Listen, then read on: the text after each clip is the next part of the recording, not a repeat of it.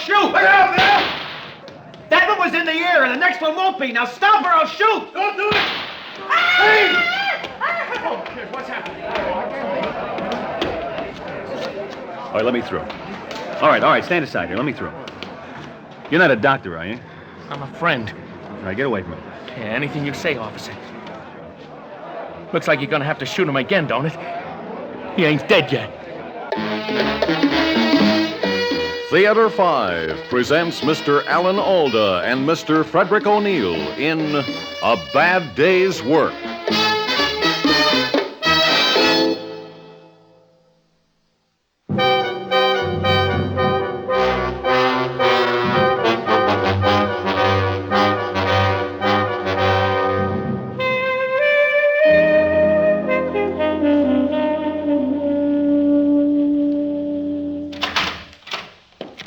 Mike? Is that you, Mike? It's me.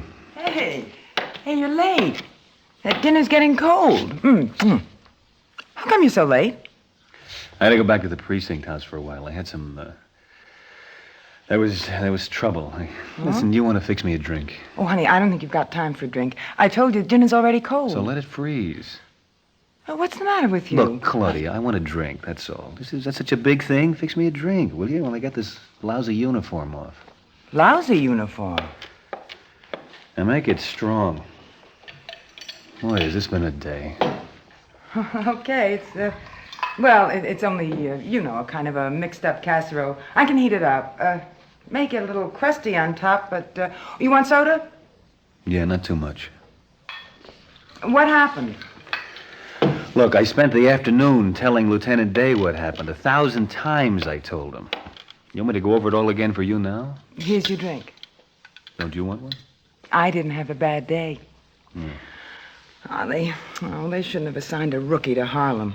Now, I said that right from the start. They should have... Now, what's Harlem got to do with it? I mean, what's wrong with Harlem? Well, I mean, is Harlem any worse than Central Park, maybe? Or the subways or the village? If you have to shoot a man, you have to shoot him, no matter what beat you're walking. Oh, Mike. You didn't. Yes, I did. I mean, what do you think they give me this gun for anyway? Ballast? Did you have to, Mike? Yes, the way I saw it, I had to. Oh, Mike, I'm sorry. Was it a colored man? Yes. Just a kid, actually. Couldn't have been more than 18 or 19. Oh. Nice-looking boy. Is he dead? Critical. He could die, all right. Look, the kid snatched an old lady's purse and took off. Right under my nose he snatched it. What was I supposed to do, look the other way? The purse had 63 cents in it. Oh, Mike. Was it such a terrible crime as all that? I mean, was it bad enough for don't shooting? Start that. I did it by the book, exactly by the book. The way they taught me. I warned the kid. I fired once over his head. I warned him again, and then I shot him. And what do you think they teach us that stuff for anyway? If it's not for real. I'm sorry. I only meant to wing him. I was running. See, I guess I aimed a little bit too much to the left. It caught him just under the right shoulder blade. Oh. What was I supposed to do? Let him get away? Look, you want to eat now? I guess it's not too cold. I want another drink. I don't know. I don't think I can swallow anything solid. I'll fix myself another one of these, and then I'll...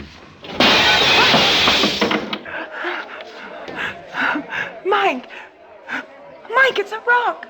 Somebody threw a rock through the window. Get down, get on the floor. Get in behind the couch. I'll get the lights. Mike, I can't see anything. Neither can they. Neither can who? I don't know for sure yet. I'll see if I can find out.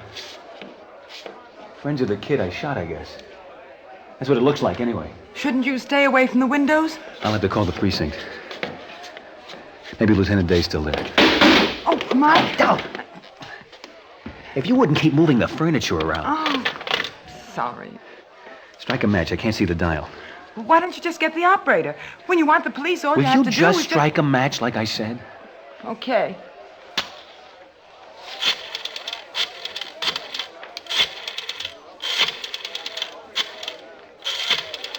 All right, blow it out. Come on. So, answer it, will you? Hello, Lieutenant. Mike Sanders here. Yeah, look, there's... Yeah, well, you said to let you know if... Lieutenant, Lieutenant, there's like a mob out front of my house that just threw a rock through the window. Well, I don't know, it must be 10 or 15. It's hard to tell. Okay, Lieutenant, yes. And you might tell them not to take too long, either. I don't know what these punks are going to do when they get tired of throwing rocks. Well? The lieutenant's going to send some of the riot squad boys over to get us out. Did you ever hear of the Oceanside Hotel? In New York? No. Neither did I. Lieutenant Day said he'd fix us up with a room there for tonight.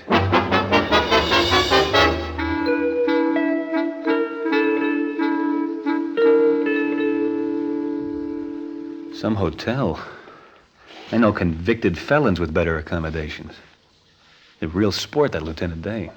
No, it's all right, Mike.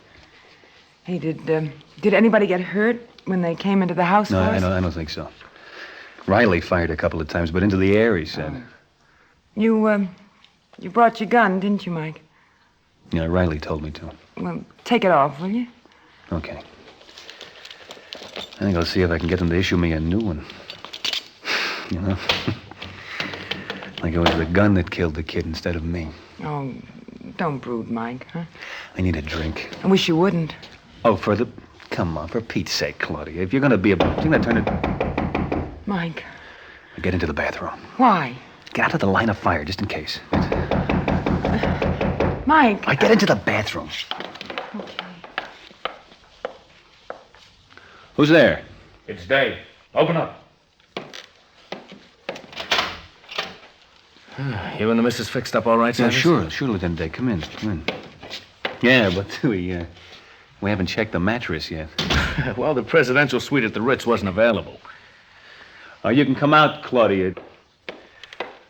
Claudia, this is Lieutenant Day, my wife, Lieutenant. How do you Evening, do? Mrs. Sanders. Sanders, did you recognize anybody in that mob you had out at your place? Well, no, sir. The light outside wasn't very good, you know. Okay. Incidentally, we identified the boy you shot.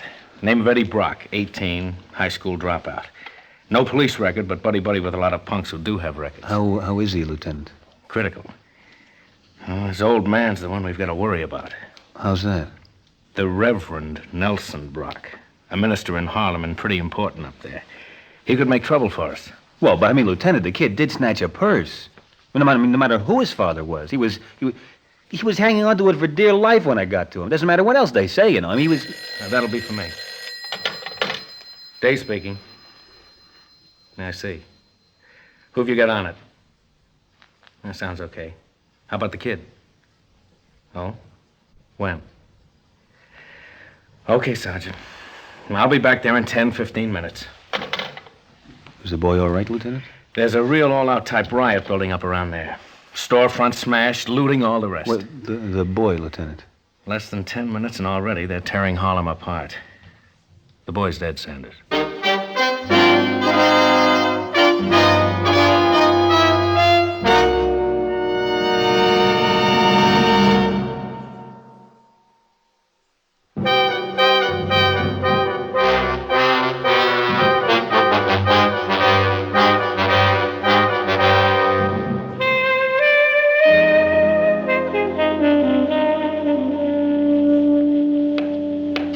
Mike? What are you going to do?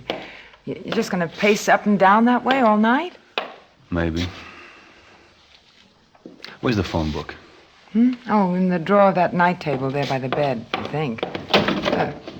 Who are you going to call? Nobody. Well, then, what do you want? I'm going out. Out? Out. You'll be all right here for a while. Well, where are you going? No, I'm going with you. No, you're not. No, you're staying right here. No, well, tell me where you're going. All right. To see this man Brock, the kid's father. Oh, Mike. No, you can't. I've got to. No, please, no. Look, I don't expect you to understand how I feel, Claudia. Just please try to accept it. Can't you do that? All right. Well, if you feel you have to, then I guess you won't be long, will you? It's hard to tell. Well, I don't know whether I can take it or not, just sitting here. All right, look, I'm sorry, honey. I'm sorry. I'll make it as fast as I can. All right. It's in Harlem, isn't it? Yeah, that's right. Then you're going to take your gun, aren't you? Oh, I don't think so. I won't need it. Oh, Mike, they're rioting up there. Lieutenant Day said so. Will you feel better if I take it? I will, yes. Okay. I don't like the way the thing feels anymore.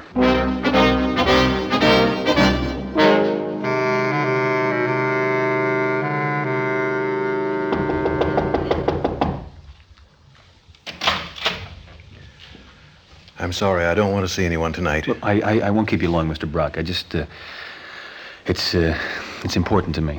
Well, I'm mourning the death of my son. He was killed today.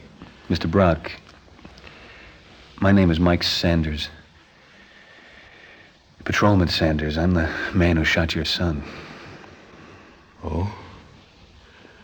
Oh, well, you'd better come in. Thank you. What do you want from me? I don't know. I know how it's going to sound if I say I'm sorry. Yes, yes. Look, I never took a human life before, Mr. Brock. I took all that target practice, and I was pretty good at it, and I got a kick out of it, I admit it. Look, but I just never connected it with shooting at somebody. If you come here expecting some word of comfort from me, well, I'm afraid I'll have to disappoint you. No, it isn't that, Mr. Brock. Yes, I'm a minister of the gospel, but I'm not a saint, Mr. Sanders. I must not allow hatred and the wish for vengeance to enter my heart, but there's an awful lot of human weakness at work there, Mr. Sanders. It just sees you as the man that killed my boy. No, you don't understand. I didn't come here begging for forgiveness or expecting to be welcomed or comforted or any of that. Then why did you come? What, to comfort me? Well, maybe. I don't know. Look, I have my faith to comfort me, my conviction that no man is alone as long as he knows where to look for God. Now, maybe that's where you ought to look, Mr. Sanders, instead of here. Look, one thing I've got to say. I don't actually feel guilty. I'm sorry, sure. But not guilty like a man who's done a real wrong thing. My son was a thief. Is that what you're trying to say? No. Your son was a boy. A scared boy. I know that now. What I did was as an officer of the law. And I was trained to do it. It's what I'm for, don't you see? Look, if you can't even tell me why you're here, Mr. Sanders. Look, I've got this... I don't know, it's an empty feeling. Regret is the word, I guess. I'm part of this system, but I'm not sure that I like the system much. Not right now. All right, then. If that's all. Okay. I just wanted to offer you my sympathy, I guess. Whether you want it or not. Maybe I shouldn't have. You hear that? That crowd outside? Yes. I expect they know you're up here. Mr. Sanders, I think you'd better stay away from that window there. No. Close the window, Mr. Sanders. Close it. Don't you realize? I want to listen. I want to hear what they're saying. It's my wife. It's Claudia. It's my wife. Let me see. Oh. You've got her, Mr. Sanders. That's Tucky Anderson holding her there, and the Weaver boy. They were Eddie's friends. They've got your wife. Claudia, what are you doing here? Please, get back from that window. But she's... Hey, Sanders, you want to come on down here with us? Or you want to watch from up there where it's safe? Stay where you are, Mike. Hey, we got some plans for your wife. I'll show you. Like your wife says, Mr. Sanders, stay where you are. Those boys will make mincemeat of both you and your wife if you go down there now. You got your gun with you?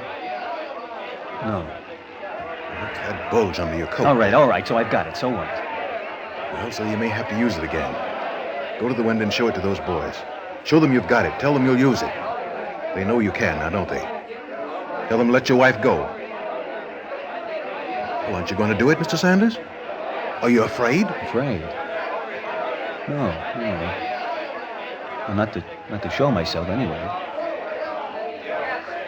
I think I'm scared of the gun. Well, just fire over their heads. You don't have to hit anybody. Just frighten them, you know. Let the woman go. You see the gun. Let the woman go. You'll have to fire. Just frighten them, Mr. Sanders. Go ahead. I can't. I can't pull the trigger. All right, give me that gun. Let her go or what, Sanders? Get back. Get back. Let me talk to them. You down there! You so-called friends of my son, I want to talk to you. I've got a right. You all friends of my son, my boy Eddie. That is, you say you were. He spent his time with you on the street corners, and you taught him what he knew. Yes, all the bad things like purse snatching.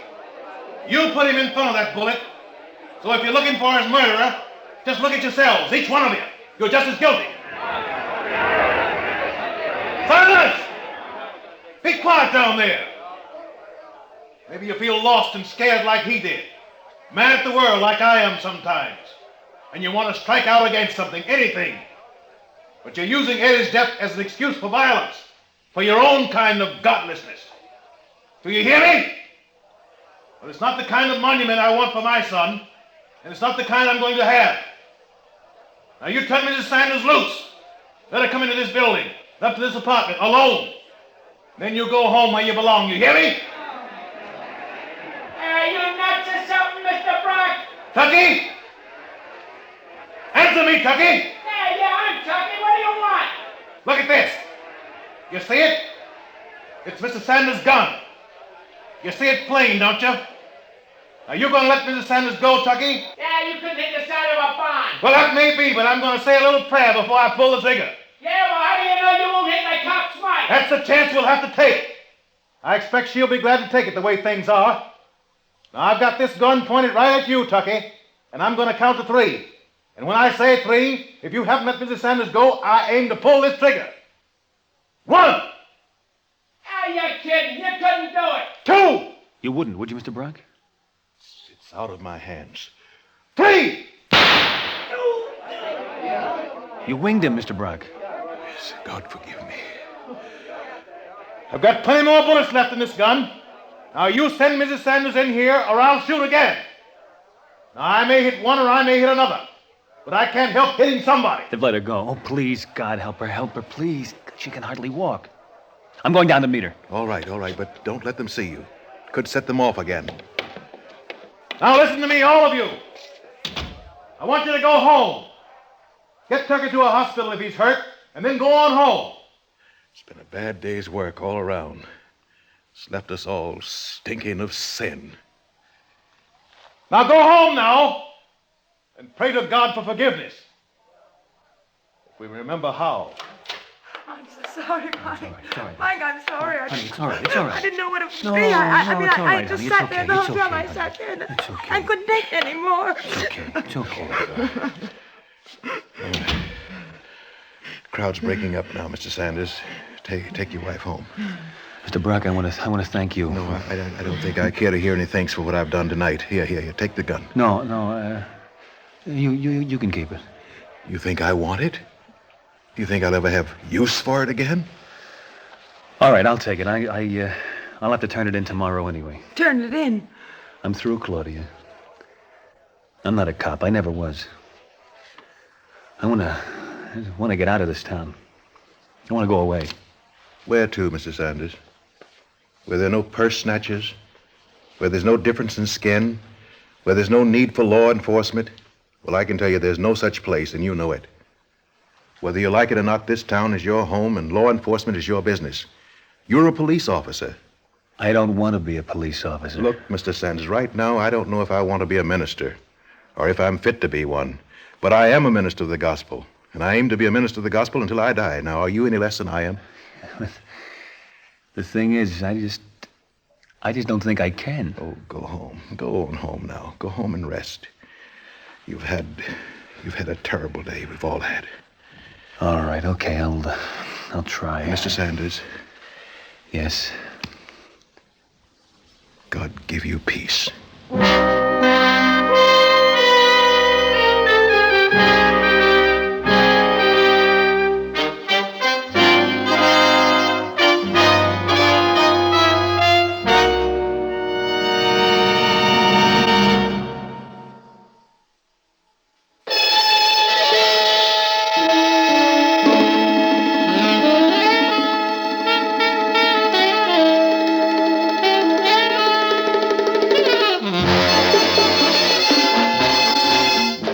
Theater 5 has presented A Bad Day's Work, starring Mr. Alan Alda and Mr. Frederick O'Neill. Written by Fielden Farrington, directed by Warren Somerville. Featured in the cast, Natalie Priest and Robert Hastings. Script editor, Jack C. Wilson. Original music by Ralph Herman. Orchestra under the direction of Glenn Osser. Executive producer for Theater 5, Mr. Lee Bowman. We invite your comments. Write to Theater 5, New York 23, New York. That's Theater 5, New York 23, New York.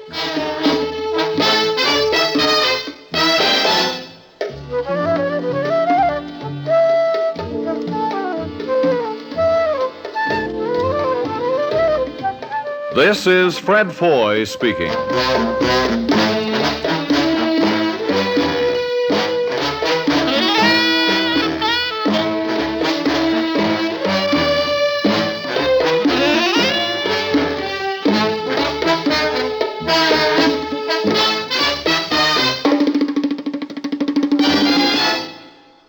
This has been an ABC Radio Network production.